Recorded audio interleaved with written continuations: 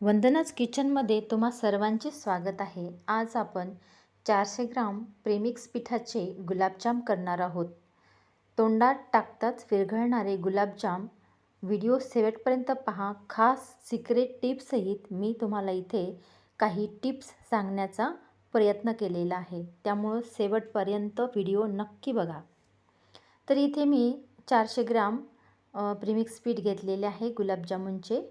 आणि आता मी त्याला दूध साई सकट आपल्याला त्याच्यात टाकायचे. खायचा सोडा चिमूटभर अगदी टाकायचा आहे आणि हे सगळं मिश्रण एकत्र करून घ्यायचं आहे. यामुळे आपले गुलाबजामुन चांगले असे थोडेसे फुलायला मदत होईल. आणि गुलाबजामुन एकदम असे खव्याचा म्हणजे खव्याचा स्मेल आला पाहिजे असे जर आपल्याला पाहिजे असेल आणि खूप असे मस्त फुगण्यासाठी आपण काय करणार आहोत, तर दूध साई सकट घेणार आहोत. जितकं तुम्हाला भिजवायला दूध लागेल तेवढं तुम्ही दूध घ्या. इथं मी 2 वाट्या दूध घेतलेलं आहे. मला 2 वाट्या लागलेलं आहे दूध. तर बघा मी साई सकट दूध घेतलेलं आहे. याने आपल्याला आपला जो गुलाबजाम आहे त्याचा टेस्ट खूप सुंदर येतो, अगदी खव्यासारखा. तर तुम्ही ही टिप्स नक्की करून बघा. हे बघा दुसरी वाटीसुद्धा घेतलेली आहे मी दुधाची. हलक्या हाताने अगदी आपल्याला हे मळून घ्यायचं आहे.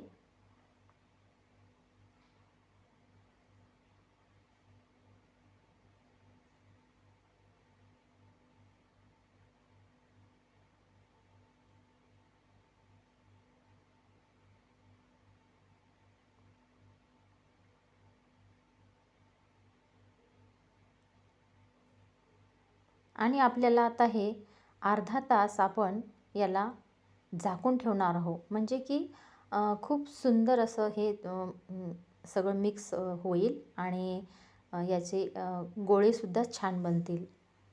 तर याला आपण अर्धा तास असंच ठेवूया. तोपर्यंत आपण पाक करूया.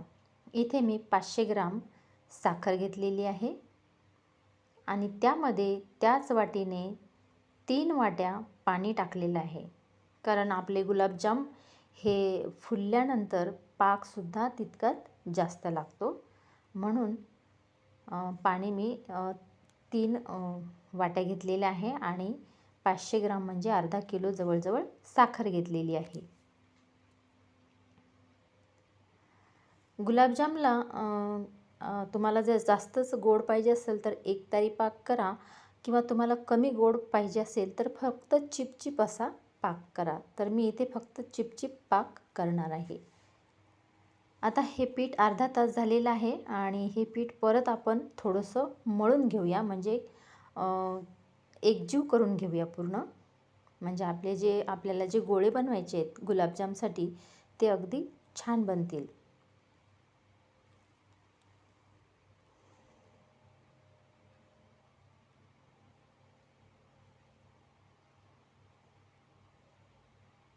बघा मळून घेतलेला आहे मी हा कणिक उंडा. आणि आता याचे आपण छोटे छोटे असे छान आपल्याला पाहिजे असे एकसारख्या आकाराचे गोळे तयार करून घेऊया.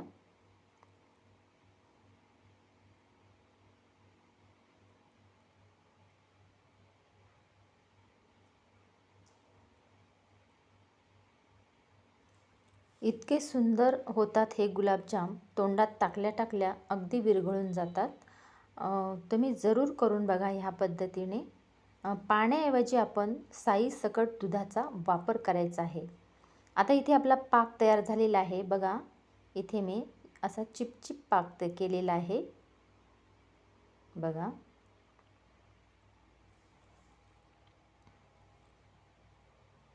आता आपले इथे गोळे तयार झालेले आहे आणि तेलाला सुद्धा मोहन आलेलं आहे. तर आपण याच्यामध्ये हे अगदी हलक्या आचेवर आपल्याला तळून घ्यायचे आहेत.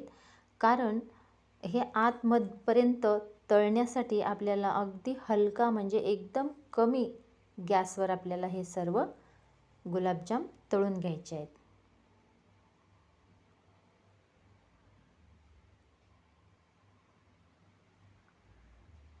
आणि सारखं हलवत राहायचं आहे, म्हणजे सर्व बाजूने ते खरपूस असे तळल्या जातील.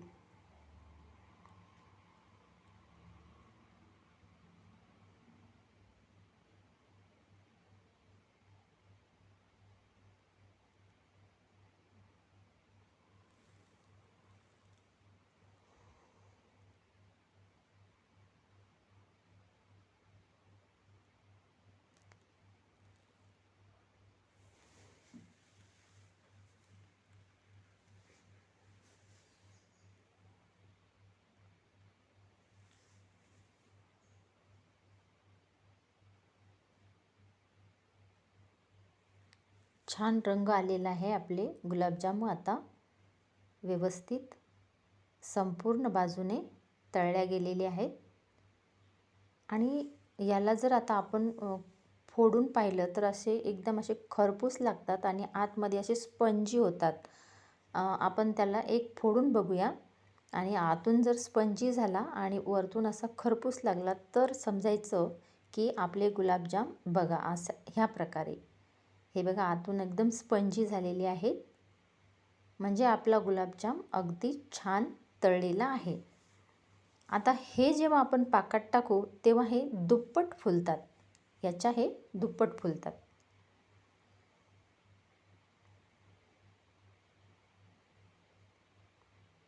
गरम गरम पाकामध्ये गुलाबजाम कधीही टाकू नका, कारण ते मग असे शिजल्यासारखे होतात.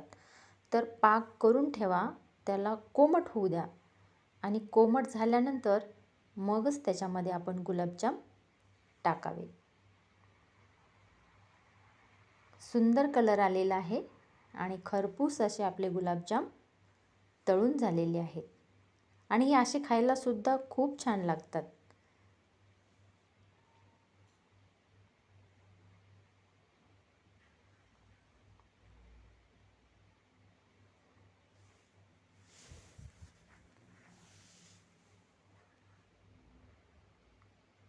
सर्वच गोळे असे आपण तळून घेऊया आणि एकदम सर्व आपण नंतर पाकामध्ये टाकूयात. चॅनल नवीन आहे, चॅनलला सबस्क्राईब करा आणि अशाच मी नवीन नवीन रेसिपी तुमच्यासाठी घेऊन येणार आहे आणि खास टिप्ससहित. पदार्थ रुचकर कसे करावे, कमी सामग्रीमध्ये जास्तीत जास्त चवदार पदार्थ कसे करावे, हेच माझ्या रेसिपीचं वैशिष्ट्य आहे. आता पाकामध्ये आपण विलायची पूड टाकूया, ह्यामुळे आपल्या गुलाबजामला एक छान स्वाद येणार आहे. गुलाबजाम झालेले आहेत तळून आणि आपला पाकही थोडा थंड झालेला आहे, कोमट. आता आपण याच्यामध्ये गुलाबजाम टाकूया आणि अर्धा तासानंतर हे गुलाबजाम छान असे फुलतील.